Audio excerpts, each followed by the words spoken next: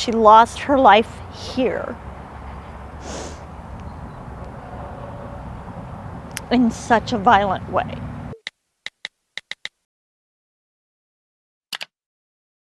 Hey guys, it's Marianne. We're here to discuss the 30 years unsolved murder of Krista Martin.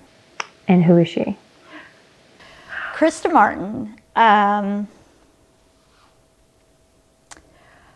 Krista Martin lived next door to us. Krista and I were more like tomboys, and so we just, right from the moment we met, we just got along. We were both kind of goofy, kind of nerdy people. A year older than Marianne McCullough, Krista Martin is a friend she'd never forget. I mean, Krista has continued to affect my life since I was a child. In October of 1989, 20-year-old Krista Martin was found beaten to death in her apartment on South Osage in Wichita. It was a place she had recently moved into. Police say she was dealt a fatal blow after being struck in the back of the head with a blunt object. That murder weapon still hasn't been found. Many details remain unknown, but Marianne, a true crime podcast host, vowed to do anything to find out what she could. So right now you've started this podcast. Yes. In 2013, I had a stroke, and I had to reassess everything in my life. And I sat there and I thought, what am I going to do? I thought, I cannot leave this world without knowing who killed Krista. I can't. Was I supposed to expect you guys to share her case when you know nothing about her? Who would think a woman with a lisp and the most annoying voice in the world could ever do a podcast? But I decided to do it. And I thought, I need to do this. I need to do this to get her voice out there because she can't speak for herself. And that's what I did. She spent years searching Krista Martin's name, but never found anything new. Marianne felt alone and isolated, pleading Krista deserves so much more. When it comes to Krista herself, I feel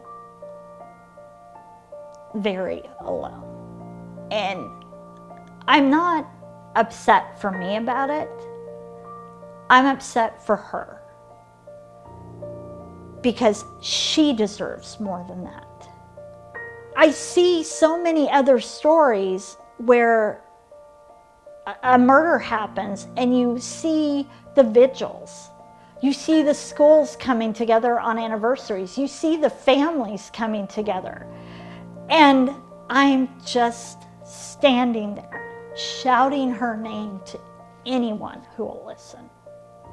And it's heartbreaking, not for me, but for her.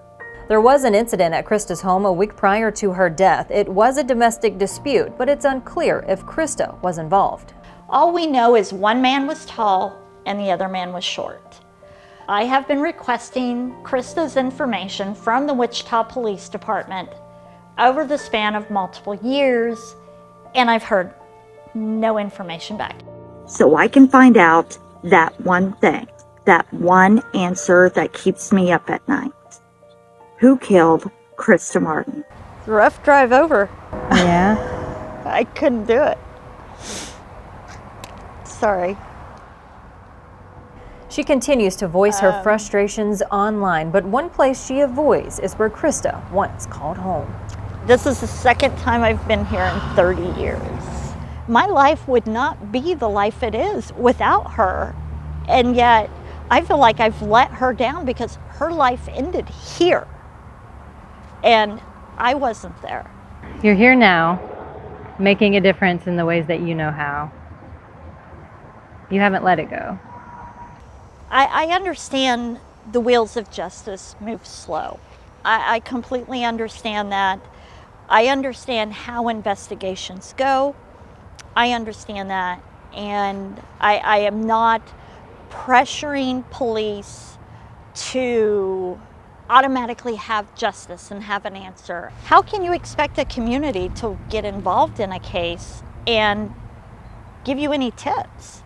I mean, you need a little bit more from the police department to get involved. And it's platforms like these that I think truly make the difference. Who do you think has these answers? You know, friends, family, people who were with her that night? I believe that the core of it lies with the people who were with her that night at Toto's. And after that conversation with Mary Ann, we got a call that would change the entire story. We won't give you all the details right now, obviously, because we will have to release it all at the same time, but he wants you to know that we have met with Mark Bennett, and Mark Bennett has agreed that we will charge a suspect on this case that we've identified. Unfortunately, the suspect is deceased. The FBI was involved, we were involved, the DA's office is involved. Well, I certainly appreciate you giving me this. I really do appreciate it. It's awesome that, you know, you all have someone named and you've been, you know, you didn't forget about it. It's been 30 years. Yeah, I can tell you that her biggest advocate, her biggest supporter to this point in time has been her niece, has been the one that's been, you know, pushing and prodding, if you will, the police department along the way. You know, like, hey, what's going on? What's the status of it? That's amazing. Okay. Thank you so much, and thank you for being transparent, for your honesty, and for looking out for us. Not a problem, Hannah. I appreciate your advocacy on Krista's behalf and on all of our cases. And that was a call from Detective Vandermolen, who's been working the case since 2020. You finally have a resolution. What? Just tell me. We found an individual who lived in Wichita in 1989, and shortly after the murder of Krista Martin, October of '89, this individual up and left Wichita and went back to Arkansas. He lived around the corner from Krista Martin. I drove it one day, and it's 6 houses from Krista Martin's house where she was murdered at. And I was like, this is crazy. And it gives me goosebumps to talk about because it was there. We just didn't know it until, you know, a couple months ago. What was there, though, was a family tree and a DNA profile of a potential suspect. We use genetic genealogy on this case. It's kind of a big buzzword right now in law enforcement and across the country. This was one of the first 2 cases that we opened up with genetic genealogy in the Wichita Police Department. This was the first homicide that we looked at through that lens, and so that wasn't available back in '89. So it was down to one of 2 guys in that family. The guy that lived around the corner or a brother of his ultimately found that the suspect, of Krista Martin's case, his name is Paul Hart. Is he 100% the person that did this? I'm very confident that he is the individual that it was involved in this murder. For years, you know, even up in when I started in 2020, we kept thinking, this is someone that Krista knew. You know, she let someone in her house because she knew who they were, and then this happened. The way she was found, you know, we believe that it was someone trying to protect her dignity, if you will.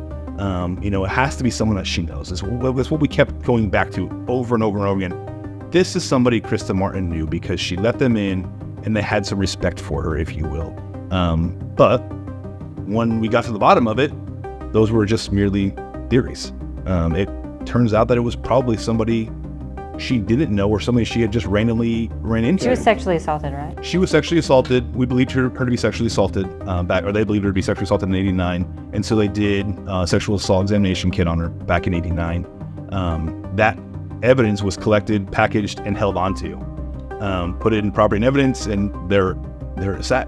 Even though the case was never forgotten by the department, it was looked at heavily again in 2009. And even then, there were no matches to this DNA that they had from the scene in '89. But things changed, though, in 2020. Was it ever sent off? No, not till '09. Sergeant Dan Hardy, who was a detective in the homicide section in '09, was going through old cases, came across Krista's, and saw that there was a sexual assault kit that needed to be tested. And so it was sent off for testing. Okay, so for the last 10 plus years, it's not hit anything until now. Correct. Okay. And it hasn't hit anything in CODIS at all. Oh. Just because Paul Hart's DNA is not in CODIS. What about the people who would combat that and say, oh, you had this, why didn't you test it? Like, what would you Hindsight's 2020, and I wish we would have tested it back in '94, '95 when CODIS came online. But who was to say that would even have made a match? Yeah, I mean, Okay. Today, again, it's in CODIS currently. Mm-hmm. There's nothing in CODIS for Mr. Hart. So now when you pulled this photo out and you're looking at her, what would you tell her?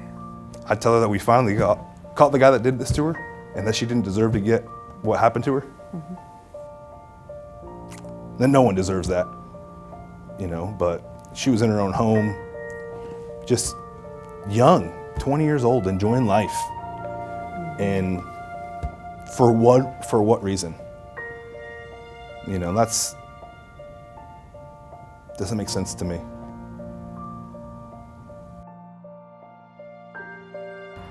Hello. After learning more Hi. about what happened, we went back to Osage and hit the pavement. So Krista was a 20-year-old woman that was found deceased at a home up there in 1989. I heard about it. Yeah, that's what I was trying to see if y'all lived here during that time. No. This is the building where she lived. Osage. I don't want to peep in.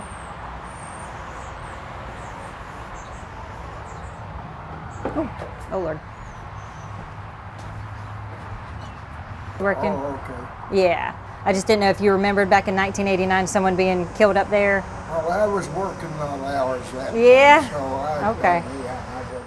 And by going out there, we had Alrighty. no luck. It's a little bit too far back for me. That's okay. Okay. I just wanted to ask to see if you knew anything or remembered. No, I don't. Weeks after that conversation, a conference was held with what so many wanted to hear and what so many wanted to say.